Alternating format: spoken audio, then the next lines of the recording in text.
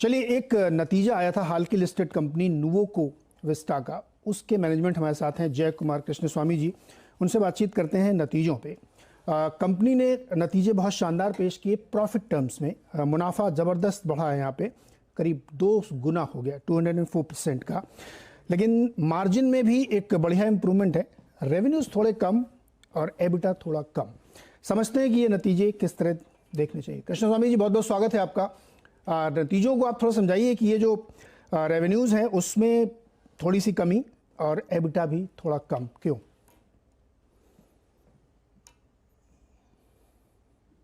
आप जरा सवाल रिपीट करेंगे दोबारा प्लीज। मेरा सवाल ये है कि रिजल्ट्स आपके अच्छे आए हैं, प्रॉफिट में तेज ग्रोथ देखने को मिली है, लेकिन रेवेन्यूज और एबिटा में उतनी अच्छी ग्रोथ नहीं, रादर वो नेगेटिव है, क्यों?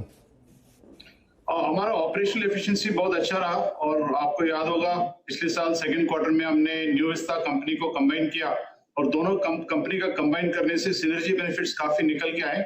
सो Q4 में सिनर्जी का स्टार्टिंग हुआ और इस साल Q1 में सिनर्जी का काफी स्पीड बढ़ा और इस वजह से हमारा रिजल्ट्स भी अच्छा निकला।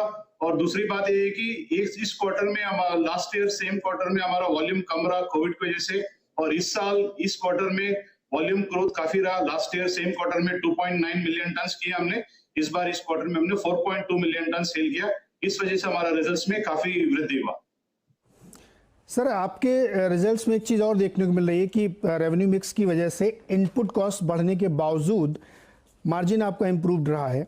ये जो कॉस्ट आपकी बढ़ रही है, इनपुट कॉस्ट, उसको बताइए कहाँ कहाँ से बढ़ रही है और कैसे उसको आप रेशनलाइज कर रहे हैं? ओके, हमारा कॉस्ट, हमारा इंडस्ट्री में कॉस्ट देखेंगे तो एक तो रॉ मटेरियल कॉस्ट है, फिर पावर कॉस्ट है और डिस्ट्रीब्यूशन कॉस्ट, ये तीनों बहुत इंपॉर्टेंट है। रॉ मटेरियल कॉस्ट में हमने काफी काम किया क्योंकि हमारा दोनों कंपनी कंबाइन होने के बाद एक दूसरे का बेस्ट प्रैक्टिसेस को हमने इंप्लीमेंट किया नुवोको और न्यू विस्टा में। इस वजह से रॉ मिक्स और बाकी जो इनपुट रॉ मटेरियल कॉस्ट में काफी इंप्रूवमेंट करने से हमारा raw material cost has contained to 505 rupees per ton.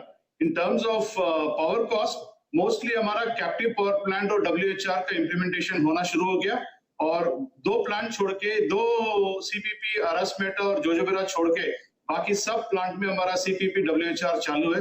इस वजह से हमारा पावर कॉस्ट में भी 2% कमती हुआ। और लास्टली डिस्ट्रीब्यूशन कॉस्ट में क्रॉस सोर्सिंग सिनर्जीज की वजह से कॉस्ट काबू में आया। इस वजह से ओवरऑल हमारा कॉस्ट बेस कंट्रोल में रहा इस क्वार्टर में, and that has resulted in improving EBITDA for the company. Perfect. Sir, आपने बताया कि आपने पावर कॉस्ट थोड़ी कम की क्योंकि कैप्टिव है, रॉ मटेरियल कॉस्ट को आपने दोनों जब मिला लिया तो एडजस्ट किया, और डिस्ट्रीब्यूशन कॉस्ट को भी आप कंटेन करने में सफल रहे। यानी कोर बिजनेस की बजाय ये जो काम आपने किए इसकी वजह से आपको ज़्यादा गेन हुआ। लेकिन गोइंग फॉरवर्ड, चूंकि प्राइस ड्रॉप है कंट्री वाइड सीमेंट के, उसका कितना इम्पैक्ट होगा? और ये जो आपने इस क्वार्टर में एडजस्ट कर लिया है, पावर कॉस्ट को आपने मेंटेन कर लिया, डिस्ट्रीब्यूशन को ठीक कर लिया, तो कोर बिजनेस से ग्रोथ अगले क्वार्टर में कैसे आएगी? और अगर आप देखेंगे दो पॉइंट है। एक तो है Q1 में प्राइस भी अच्छा रहा, कॉस्ट भी कंट्रोल में रहा और कैप्टिव पावर प्लांट WHR का जो इंप्लीमेंटेशन सही स्पीड में चला। Q2 में हालांकि थोड़ा सा प्राइस कम हुआ, बट सितंबर का महीने में वापस प्राइस बढ़ गया और आने वाले क्वार्टर में वॉल्यूम भी बढ़ेगा मॉनसून के बाद। उसके बाद cost efficiencies will also improve and synergy benefits दोनों कंपनी के बीच में इंप्रूवमेंट होगा। इस वजह से आने वाले दिन में हमारा कॉस्ट बेस कंट्रोल में रहेगा और एबिटा भी इस रेंज पे आने का टारगेट रख रहे हैं हम लोग। सर, अभी क्या कॉस्ट है, प्राइस पर बैग है, और आगे कितने एक्सपेक्टेशन है आपको कि दाम बढ़ जाएंगे?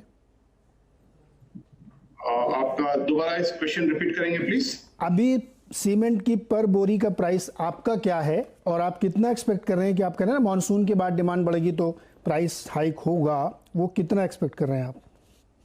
प्राइस राइज अभी जो एक हफ्ते में हुआ उसमें तो लगभग नॉन ट्रेड और ट्रेड में दोनों नॉर्थ और ईस्ट जिस मार्केट में हम लोग काम कर रहे हैं प्राइस में तो इंप्रूवमेंट हुआ। लगभग price increases happened to the tune of about 10 to 15 rupees per bag in trade and similar number in non-trade. So इस वजह से overall margin should improve going forward. आगे भी होगा और improve price?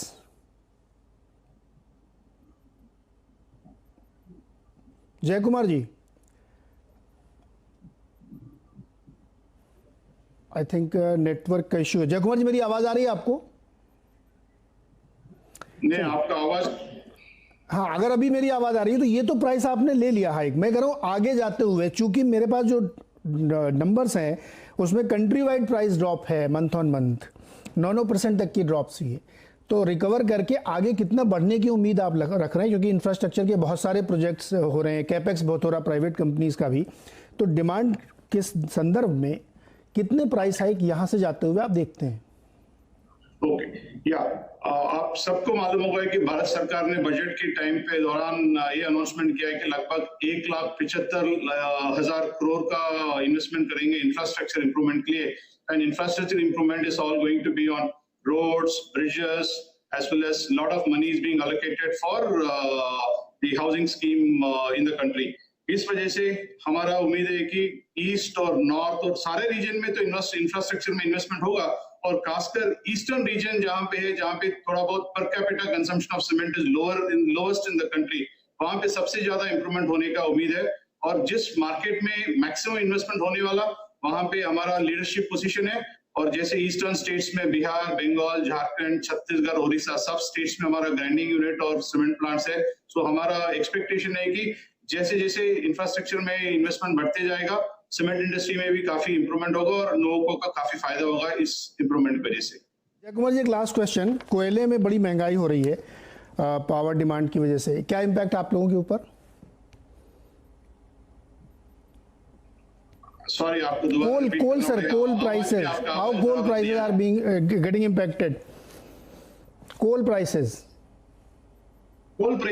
yeah, coal prices आप देखेंगे तो पिछले 9-10 महीने से कंटिन्यूसली बढ़ते जा रहा।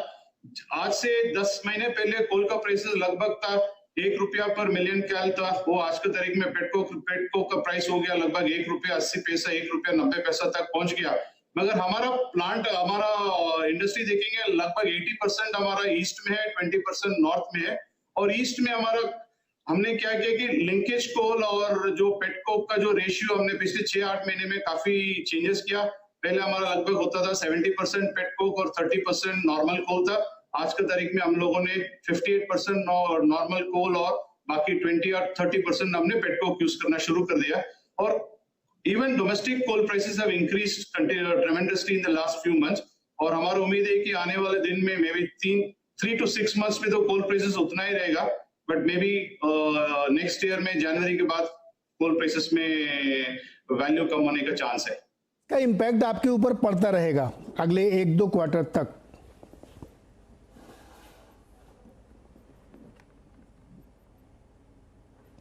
ओके, चलिए जय कुमार जी, बहुत बहुत शुक्रिया हमारे साथ जुड़ने के लिए। नुवोको विस्टा का ये मानना है कि हाई कॉस्ट रॉ मटेरियल की बावजूद उन्होंने एडजस्ट किया इंटरनल से, और पावर कॉस्ट जो बहुत बड़ी थी उसको एडजस्ट किया क्योंकि कैप्टिव पावर इनके पास थी, और डिस्ट्रीब्यूशन को भी इन्होंने रेशनलाइज किया, तो ठीक हुआ। यानी कोर बिजनेस की जो ग्रोथ आपको दिखी है प्रॉफिट के टर्म्स में, वो इन वजहों से हुई है। तो नेक्स्ट क्वार्टर में प्राइस हाइक कितना हो पाता है, डिमांड कितनी हो पाती है, ये तय करेगा कि नुवोको का कोर बिजनेस कितना बढ़िया परफॉर्म करता है। देखेंगे हम लोग नेक्स्ट क्वार्टर में। बहुत बहुत शुक्रिया जय कुमार जी हमारे